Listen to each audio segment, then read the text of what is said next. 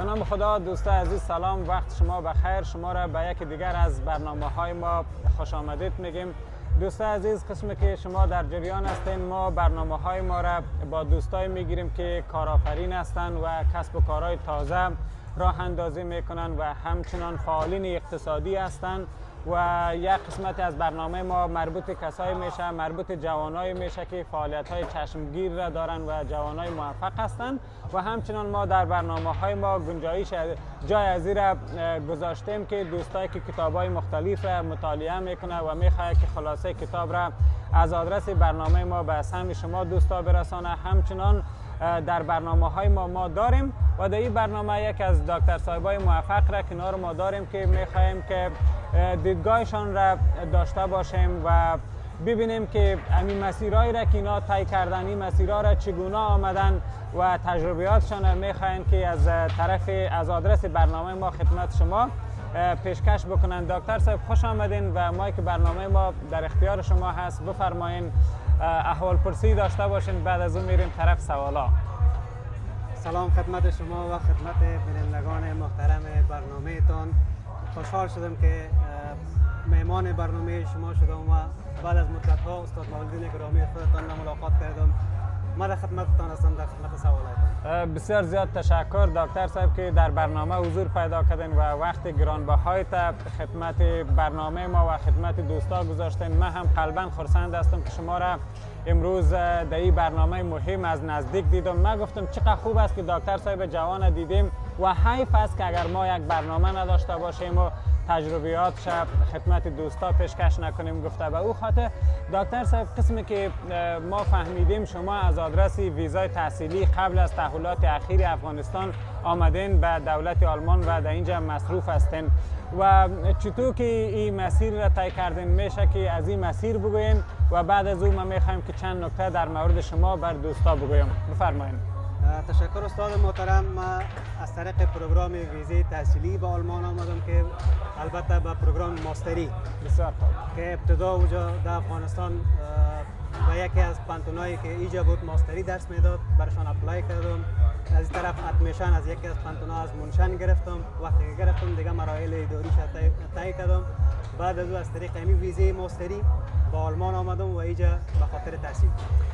بسیار خوب دوستان عزیز، قسمی که دکتر صاحب خودشان هم یادآوری کردن، دکتر صاحب کسی است که طب معالجوی دانشگاه کابل را خواندند و بعد از او در شفاخانه جمهوریت وظیفه داشتند و تخصصشان را پیش می بردند و بعد از او رویا یا پلانی داشتند که بیاین در یکی از کشورهای جهان اول و پیشرفته کار بکنن و در اینجا ببینن که آموزش در افغانستان و آموزش در اینجا البته در بخش طب چی تفاوتایی را دارد و چی پیشرفتایی را در اینجا داره. گفته به او خاطر فکر میکنم پلان کردن که بیاین آلمان و اینجا که آمدن هم آلمانی خواندن. شما که از آدرس ویزه تحصیلی اینجا آمدین، مستقیم دانشگاه رفتین یا ای که برتان مهم بود که باید لیسان بخوانین؟ اگر لیسان خواندین تا کدام مرحله را لیسان اینجا آموزش دیدین؟ اهمیت لیسان آلمانی چقدر است؟ تشکر از سوال بسیار خوب و مهمتان. هر کسی که اقدام میکنه به ویزای تحصیلی نیاز است که در ویزای تحصیلی باید تا سطح A1 یا سطح A1 که میگن به افغانستان یا در هر کشوری که از اونجا اپلای میکنن در اونجا باید بخوانن. بله. بدون از اینکه سطح A1 داشته باشن اینا نمیتونن که ویزای تحصیلی خود دریافت بکنن. بنابراین من سطح A1 در افغانستان به صورت آنلاین خواندم. وقتی که سرتیفیکیتش گرفتم و دیگه مراحل اداریش طی مراحل کردم، آمدم به آلمان. در آلمان شرایط و قوانین همه قسم است که هر کسی که میخواد اینجا دانشگاه بخونه و یا پروگرام ماستری را بخونه باید از سطح A1 تا سطح C1 در آلمان باید درس بخونه. که ما سطح A1 در افغانستان به صورت آنلاین خوانده بودم داشتم. وقتی که اینجا به آلمان رسیدم از سطح A2 شروع کردم، فعلا سطح B2 خواندم. سطح B2 وقتی که خواندم پس دوباره اینجا مسیری کلینیک را در بر گرفتم. چرا پروگرام ماستری یک دلیل بود که من طرف بیایم به آلمان. وقتی که به آلمان آمدم سطح B2 خود آلمانی را وقتی که گرفتم پس دوباره به کار کلینیک خود به شفاخانه کار شروع کردم که فعلا سطح B2 ما در آلمان خواندم و سند شدم. بسیار خوب دوستان عزیز، میشه که من یک مقدار دمی رابطه بیشتر بگویم A1 یا A1 یا A1 که میگن در آلمان، وقتی کسی که زبان آلمانی را میخواد بخونه، A1 است، A2 است، بعد B1 است، B2 است، بعد همین قسم C1 میشه که C1 هم میتونیم که تا درجه اخیری زبان آلمانی بگیم که یا C1 پلوس هم است که به او قدر مردم بیشتر نمیره و تا آخری که میخوانن همی C1 میشن. دکتر صاحب که A1 در افغانستان خوانده، A2 B1 و B2 را در آلمان خوانده و بعد از او هدفشان همی کلینیک که نام گرفتن، کلینیک هدفشان شفاخانه است، از اینکه در افغانستان هم تیپ خواندن و هم در شفاخانه کار میکردن. اینجا هم پس آمدن همی مسیر تیپ را در نظر داشتن که تا B2 را درس خواندن و فعلا در یک از شفاخانه‌های معتبر، شفاخانه ایالت آمبورگ وظیفه دارند. دکتر صاحب یک سوال دیگه، امی شما که تحصیلات در افغانستان داشتین، آیا وقتی در افغانستان بودین اسناداتان اینجا در آلمان طی مراحل کردین، تایید کردین، یا نه که بعد از اینجا آمدین تایید کردین و تا B2 را درس خواندین و بعد از او وظیفه گرفتین در شفاخانه؟ امیر میشه کمی وضاحت بتین، به خاطر که دوستا از ما همین سوالا را، همچون سوالا را پرسان میکنن. در قدم اول وقتی که در باره اسناد بحث صورت میگیره، اسناد باید همگیش به زبان انگلیسی و یا به زبان آلمانی ترجمه شدگی باشه. بسیار. چون ما از پانتون طب کابل فارغ شده بودم، زبانی که اونجا به حساب سرتیفیکیتش هم زبان انگلیسی بود از پانتون کابل و در اون مقطع زمانی من نیاز نداشتم که زبان سرتیفیکیت های خود به آلمانی ترجمه بکنم. بسیار. با هم زبان انگلیسی میشه.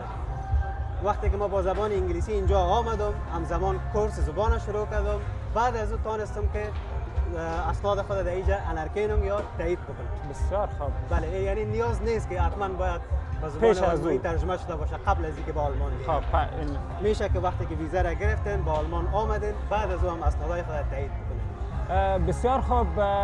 یادگیری زبان شما را چقدر حمایت کرد به خاطر از اینکه در فرصت کم صاحب وظیفه شوین؟ تا جایی را که ما اینجا تحقیق کردیم و مطالعه کردیم، وظیفه گرفتن در اینجا چالش ها، محدودیت های خود می داشته باشه، بستگی به سطح لسان داره، بستگی به تاییدی اسناد داره، بستگی به می وظیفه تقریبا میشه بگیم دلخواه داره که وظیفه های معمولی را شاید آدم زودتر بتونه پیدا کنه، ولی مسلکی، رشته‌ای و دلخواه سخت است. شما که مسیرتان تیپ بود در افغانستان، چگونه همی مسیر دلخواهتان در اینجا دوباره دریافت کردین؟ چی کوشش ها بود، چی چالش ها، چی مشکلات برخوردین؟ آیا ساده هست یا سختی های خودم داره؟ طبعا که هیچ مسیری ساده نیست، در ابتدای خود دشواری های خود داره. ما هم به این صورت دشواری های خود حتما سپری کردیم و تجربه کردیم، ولی مسیر خود پیدا کردیم. این مسیر پیدا کردن به نظر ما اولین شاخص موفقیت ما البته در مسیر طبی خود آموختن زبان بود. نه تنها در ویزای تحصیلی بلکه در هر نوع ویزا، چی ویزای مهاجرتی است، ویزای بشردوستانه است، به هر شکلی هر کسی که به آلمان میآید اولین شاخص موفقیت آموختن زبان آلمانی است. یعنی که وقتی زبان آلمانی یاد نداشتی در آلمان به هیچ صورتی نمیتونی که اینجا ترقی بکنی.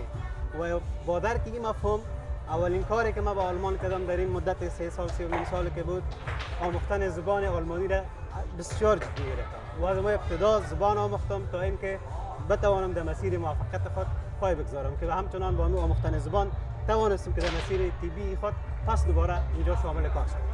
بسیار خوب دوستان عزیز، همین قسمی که میگن یادگیری لسان کلید موفقیت در هر جا هست که دکتر صاحب پروسه را با تمام محدودیت‌ها، چالش‌هایی که داشتن طی کردن. دکتر صاحب با این فرصت کم شما با این موفقیت چشمگیر که رسیدین، کشور آلمان را چگونه بررسی میکنین؟ تفاوتاش با افغانستان چگونه هست؟ آیا شما از این مسیری که آمدین راضی هستین؟ آیا آینده تان در اینجا بهتر میبینین؟ چی گفتنی دارین در رابطه؟ تشکر، سوال بسیار خوبی بود. هر کسی که به کشورهای خارجی یا به کشورهای اروپایی و مخصوصا به آلمان از خود تجارب زندگی خود می داشته باشه، برداشت‌های خود از این کشورها می داشته باشه و به این شکل من هم برداشت خود داشتم. در آلمان و مخصوصا به کشورهای اروپایی به همه هر کسی که می آید اینجا دو مسیر داره. بله. میتونه همچنان به مسیر موفقیت و به مسیر خوبی پیش بره و همچنان میتونه مسیری بدی و مسیری که نتونه اینجا رشد بکنه این هم موجود است. بله. یعنی هر دو مسیر چانس خوب و بد موجود است. این تعلق به تصمیم خود فرد میگیره که آیا مسیر درست انتخاب میکنه یا مسیر غلط است. بله. هر دو مسیر امکاناتش اینجا است. بله. اولین کاری که من کردم اینجا زبان آموختم و امیر دلیل موفقیت و رشد و پیشرفت خود دیدم.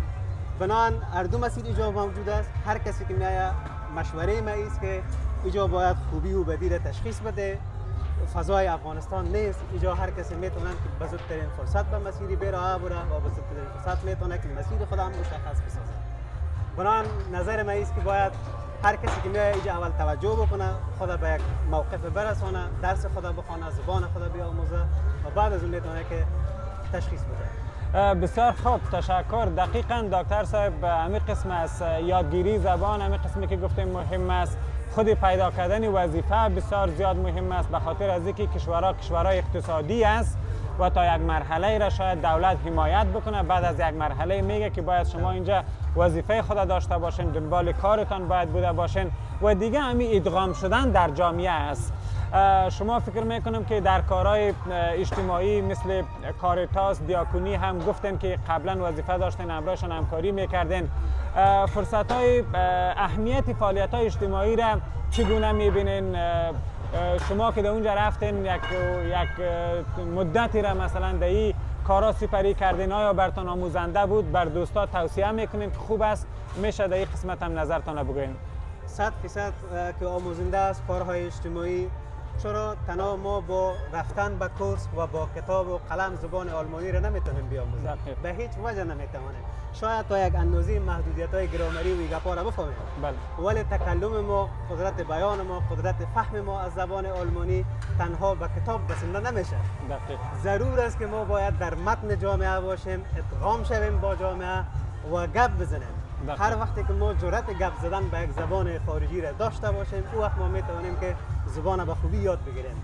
در همین مدتی که من 3 سال 3.5 ساله که هم کورس میخوندم، هم زبان میرفتم و در پهلوی کارهای سوسیال هلفه یا کارهای اجتماعی در یکی از سازمانایی که به نام کاریتاس است، همه در آلمان میشناسه، با اینا داشتم و با افغانا در ارتباط بودم و زبان فقط تکلم میکردم. همیشه وقت در تجربه بود، تکلم بود و در افاده بود.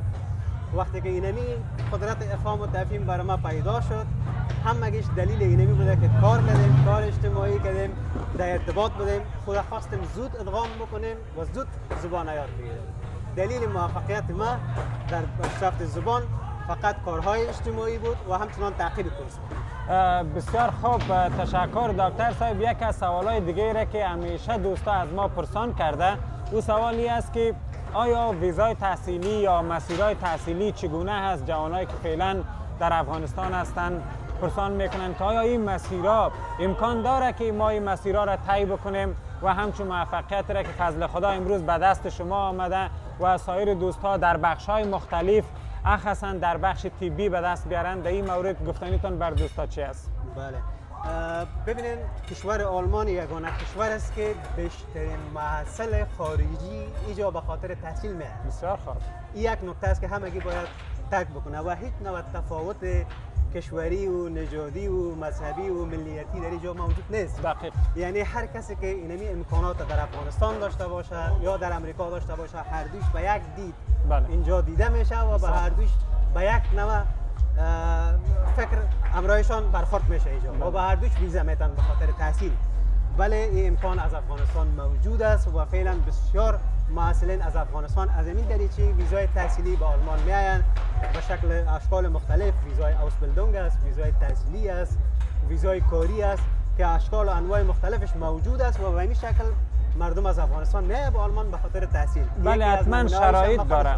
حتما شرایطی داره. میشه اگر در قسمت شرایطش بسیار کوتاه بگوین؟ شرایطش نظر به هر نوع ویزا فرق میکنه. بسیار خوب. شرایط ویزای تحصیلی به گونه‌ای است که اینجا زبان A1 باید سطح A1 داشته باشید. بله. که بعد از او باز در آلمان میایند تا سطح C1 میخوانند، بعد از او وارد دانشگاه میشن. بسیار خوب. اما در ویزای اوسبیلدونگ یا ویزای کارآموزی اینجا یک اندازه بیشتر زبان نیاز است. بله.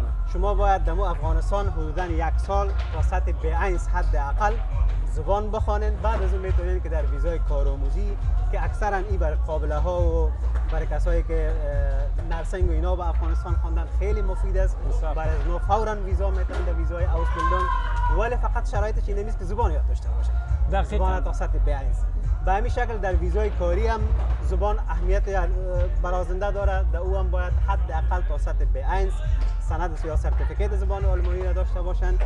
بعد از اون میتونن که به ویزا اپلای بکنن. بسیار به راحتی ویزایشان را دریافت میکنن، چرا آلمان یک کشور است که مهاجرپذیر و از هر قشر و انواع جامعه اینا ضرورت دارند و این را اینا صرف با ویزای قانونی، با ویزای تحصیلی، با ویزای کاری و اوسبیلدونگ برای معاصرین و برای کسایی که اینا نیازمند هستند و اینا را ضرورت دارند و همچون افراد تحصیل کرده و نخبه ویزایشون را صادر میکنند تا بیاین به آلمان مصدر خدمت شوند. بسیار خوب. فقط مهم است که دوستا یا معسلین یا کسایی که علاقمند هستند تحقیق داشته باشند و به اساس تحقیقشان، جستجوشان و ارتباطاتشان میتونن که این مسیرها را پیدا بکنن. به خاطر که وقتی برنامه ما بسیار کم است، بازم میخوایم که یک پیامی آخری را از شما داشته باشیم. باز با دوستا خداحافظی میکنیم. به عنوان یک جوان موفق، پیام آخری شما برای دوستا چی است؟ تشکر. پیام ما برای جوانان این است که شما هر آرزویی را که در رویای تحصیلیتان یا در رویای کاریتان در کشورهای اروپایی یا کشورهای خارجی داشته باشین، می توانید به او هدفتان برسین صرف با تمرکز به هدفتان و با مد نظر گرفتن شرایط و فهمتان می توانید که به این مسیرتان برسین. مشوره ما برای کسایی که به آلمان و یا به کشورهای خارجی است این است که شما اولویت ها را تشخیص بدید. مثلا همین رقمی که اولویت در آلمان آموختن زبان آلمانی است، تشخیص بدین که کدام چیز اولویت قرار داره و به او را خود برسانند تا اینکه به موفقیت برسند. در غیر صورت بدون تشخیص اولویت ها در زندگی انسان نمیتونه که رشد بکنه، بلکه در مسیر گمراهی هم قرار میگیره. بسیار زیاد تشکر دوستان عزیز. ما این مصاحبه ما با دکتر صاحب جوان، دکتر صاحب اجمل بود که اکنون در شفاخانه ایالت هامبورگ وظیفه دارند و دیدگاه و سوالات را هم که قبلا ما داشتیم و اکثرا سوالایی بود که دوستا از ما بار بار پرسان کرده بودند. ما به دنبال ازی بودم که یک جوان موفق را پیدا بکنیم، همراهشان مصاحبه بکنیم که امروز در یکی از برنامه‌های خیلی خوب سیر علمی با هم سر خوردیم و خواستیم که دیدگاه دکتر صاحب اجمل داشته باشیم. دیگه تقدیم به شما کردیم. آرزو دارم که این گفتنی‌های دکتر صاحب مورد توجه شما قرار بگیره. دکتر صاحب بازم تشکر که در برنامه ما آمدین. دوستان عزیز تشکر که همیشه ما را حمایت میکنین. وقت شما بخیر. تشکر دکتر صاحب. خداحافظ. تشکر استاد محترم. خدا